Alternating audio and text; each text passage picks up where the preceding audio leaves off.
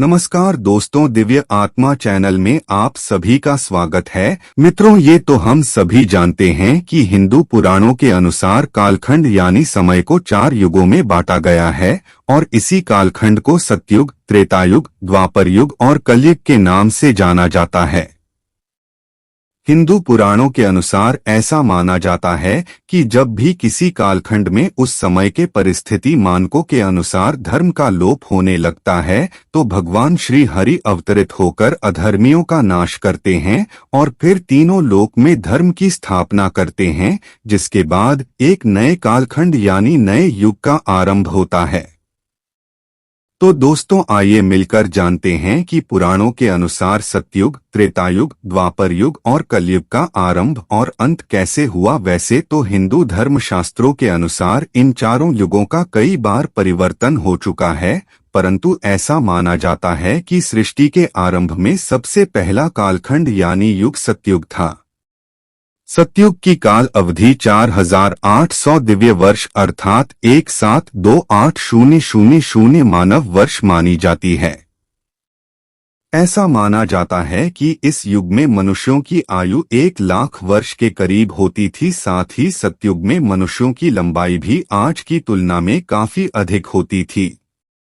इस युग में पाप की मात्रा 0 अर्थात 0% थी, जबकि इस युग में पुण्य की मात्रा 20 यानी 100% होती है। अब यहाँ ये सवाल उठता है कि जब सतयुग में पाप नहीं था तो फिर श्री हरि ने इन रूपों में क्यों अवतार लिया। तो दर्शकों, आपको बता दूं कि जब परमपिता ब्रह्मा ने इस सृष्टि की रचना की तो उस समय देवों, मनुष्यों, नागों, गंधर्वों आदि के साथ साथ दैत्यों की भी उत्पत्ति की ताकि सृष्टि का संतुलन बना रहे।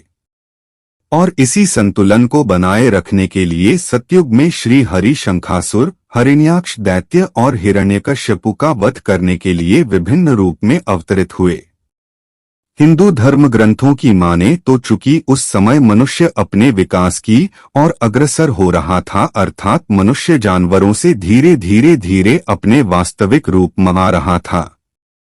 इसके अलावा हरि का ये सारे अवतार मानव के विकास का भी प्रतीक माना जाता है। सतयुग की समाप्ति के बाद त्रेता युग आया। इस युग की बात करें तो इस युग में श्री हरि ने वामन और श्री राम के रूप में पूर्ण अवतार लिया था, जबकि परशुराम के रूप में उन्होंने अंशावतार लिया था। इस युग की काल अवधि 3600 दिव्य वर्ष अर्थात 129600 मानव वर्ष माना जाता है। इस युग में मनुष्यों की उम्र 10,000 वर्ष हुआ करती थी, जबकि लंबी 100 से 150 फीट हुआ करती थी। इस युग में पाप की मात्रा 5 अर्थात 25% थी, जबकि पुण्य की मात्रा 15 यानी 75% थी। इसी युग में रावण, कुंभकर्ण, बाली, अहिरावण जैसे अत्याचारी राजा भी हुआ करते थे, जो अपने बल और अहंकार में आकर तीनों लोक के प्राणियों पर अत्याचार किया करते थे, जिस कारण वश श्री हरि प्रभु श्री राम बल और अहंकार में आकर रूप में अवतरित हुए और इन अत्याचारियों नाश किया। फिर जब वह अयोध्या वापस आए तो उन्होंने कई वर्षों तक वहां शासन किया। फिर देवी सीता के पृथ्वी में समा जाने के कुछ वर्षों बाद उन्होंने भी अपना देह त्याग कर दिया और ऐसा माना जाता है कि प्रभु श्री राम के देह त्यागने के बाद एक बार फिर एक नए युग का सृजन हुआ, जिसे द्वापर युग के नाम से जाना जाता है। द्वापर युग में श्री हरि ने कृष्ण के रूप में जन्म लिया था। इस युग की काल अवधि 2400 दिव्य वर्ष अर्थात 86400 मानव वर्ष माना जाता है। इस युग में मनुष्यों की आयु 1000 वर्ष हुआ करती थी। इस युग पाप की मात्रा 10 अर्थात 50% हुआ करती थी। द्वापर युग को युद्धों का युग भी कहा जाता है। इस युग में धर्म का तेजी से क्षय होने लगा था।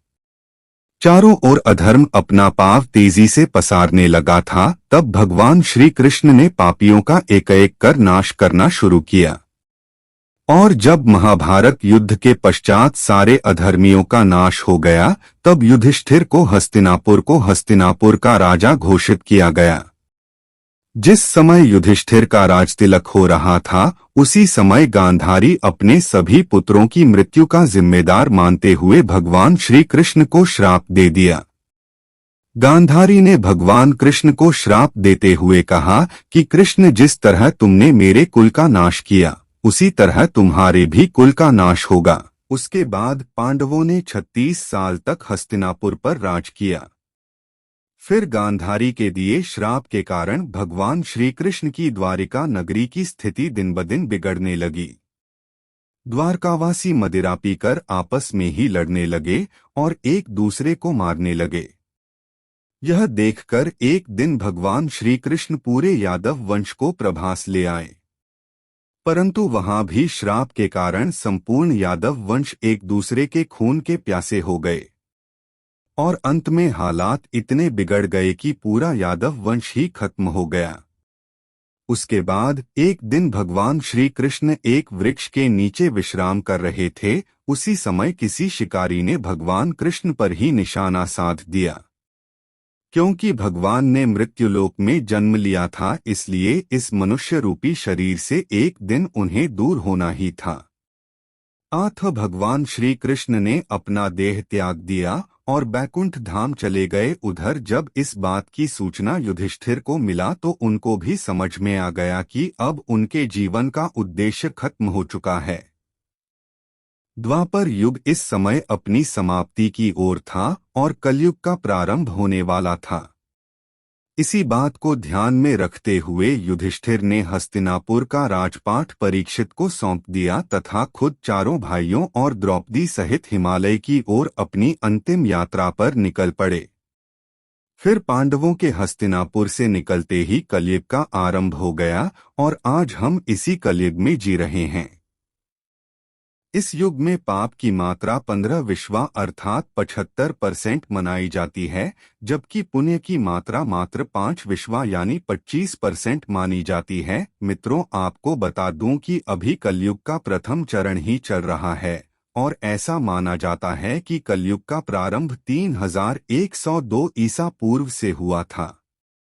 यानी अभी तक कलयुग ने अपना 5120 वर्ष ही पूरा किया। परंतु कलयुग का अंत कैसा होगा, इसका वर्णन पहले ही ब्रह्म पुराण में किया जा चुका है। ब्रह्म पुराण के अनुसार कलयुग के अंत में मनुष्य की आयु महज 12 वर्ष रह जाएगी।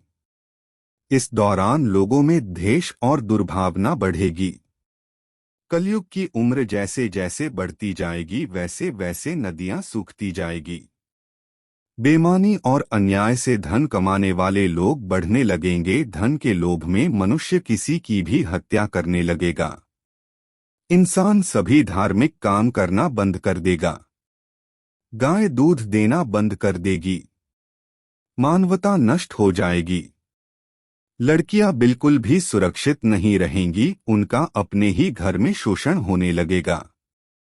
अपने ही घर के लोग उनके साथ व्यभिचार करने लगेंगे।